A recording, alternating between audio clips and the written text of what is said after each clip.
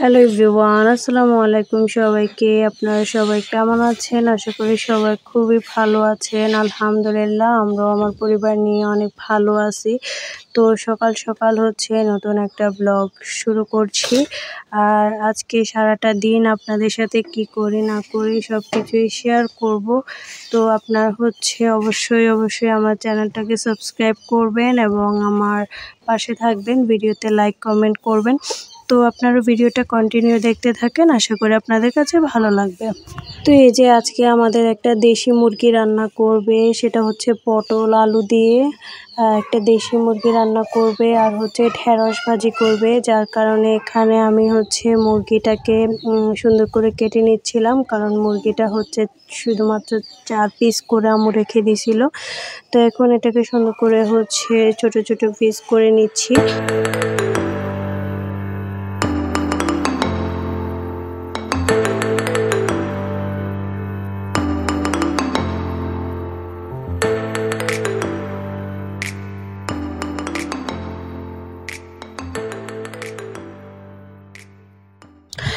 তো এই যে আজকের ওয়েদারটা একটু দেখেন।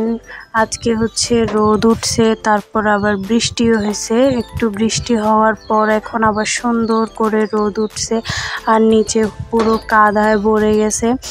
আর আমরা যেহেতু বৃষ্টি হলেই আমাদের একটা স্বভাব, আমরা পানি সংরক্ষণ করে দিই, কারণ পানি সংরক্ষণ করে রাখলে এই পানি দিয়ে চা বানালে অনেক সুন্দর কালার আসে এবং ভাত রান্না করলে ওগুলো অনেক সুন্দর থাকে। যার কারণে বৃষ্টির পানিগুলো আমরা সংরক্ষণ করে রাখি। আর এই যে এখানে আমার আম্মু রান্না বসায় দিছে। তো এখন আস্তে আস্তে আমাদের রান্না বান্নাগুলো হয়ে যাবে। তো প্রথমে আম্মু মুরগির মাংসটাকে রান্না করে ফেলছে। এই যে খুব সুন্দর একটা কালার আসছে। আর এটা যেহেতু দেশি মুরগি কিন্তু খেতে অনেক মজা হয়।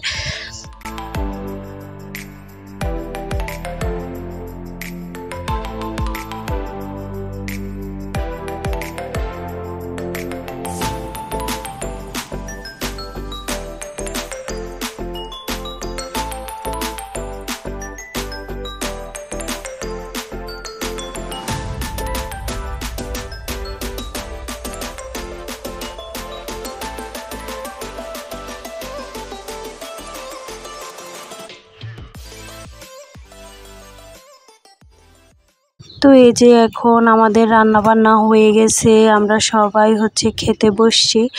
তো যেহেতু কেউ ক্যামেরার সামনে আসবে না, তো আমি একাই খাচ্ছিলাম। এখানে মুরগির মাংস, তারপর ঢেঁড়স ভাজি, অনেক মজা। আর মায়ের হাতের রান্না এমনিতেই অনেক মজা হয়, তার উপরে এটা দেশি মুরগি, তার মানে তো কোনো কথাই হবে না। জাস্ট খাচ্ছিলাম মজা করে। কেন জানি না, আমি রান্না করলেও আমার আম্মুর হাতের রান্নার মতো স্বাদটা হয় না। মায়েদের হাতের রান্নার স্বাদটা একটু ভিন্ন রকমই হয় আর সব সময় অনেক বেশি ভালো লাগে। তো আমরা যেহেতু বেড়াইতে আসছি, আমরা এক প্রকার জোর জবরদস্তি করে আমার নানুকে আমাদের সাথে আনাইছিলাম তার মেয়ের বাড়িতে।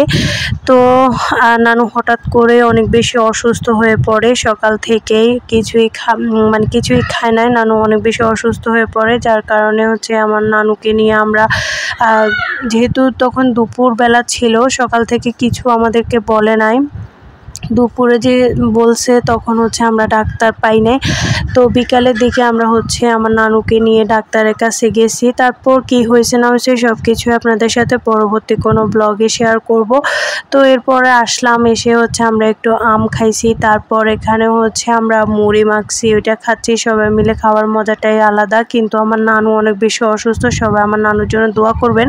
তো আমার নানু এরকম ভাজা পোড়া খায় না, তারপরও নানু অনেক বেশি অসুস্থ, যার কারণে অনেক খারাপ লাগতেছিল। আজকের ব্লগটা এই পর্যন্তই। সবাই ভালো থাকবেন, সুস্থ থাকবেন এবং আমার জন্য অনেক বেশি দোয়া করবেন। আমার চ্যানেলটা অবশ্যই সাবস্ক্রাইব করবেন এবং ভিডিওতে লাইক কমেন্ট শেয়ার করবেন। সবাইকে ধন্যবাদ পুরো ভিডিওটা দেখার জন্য। আল্লাহ হাফেজ।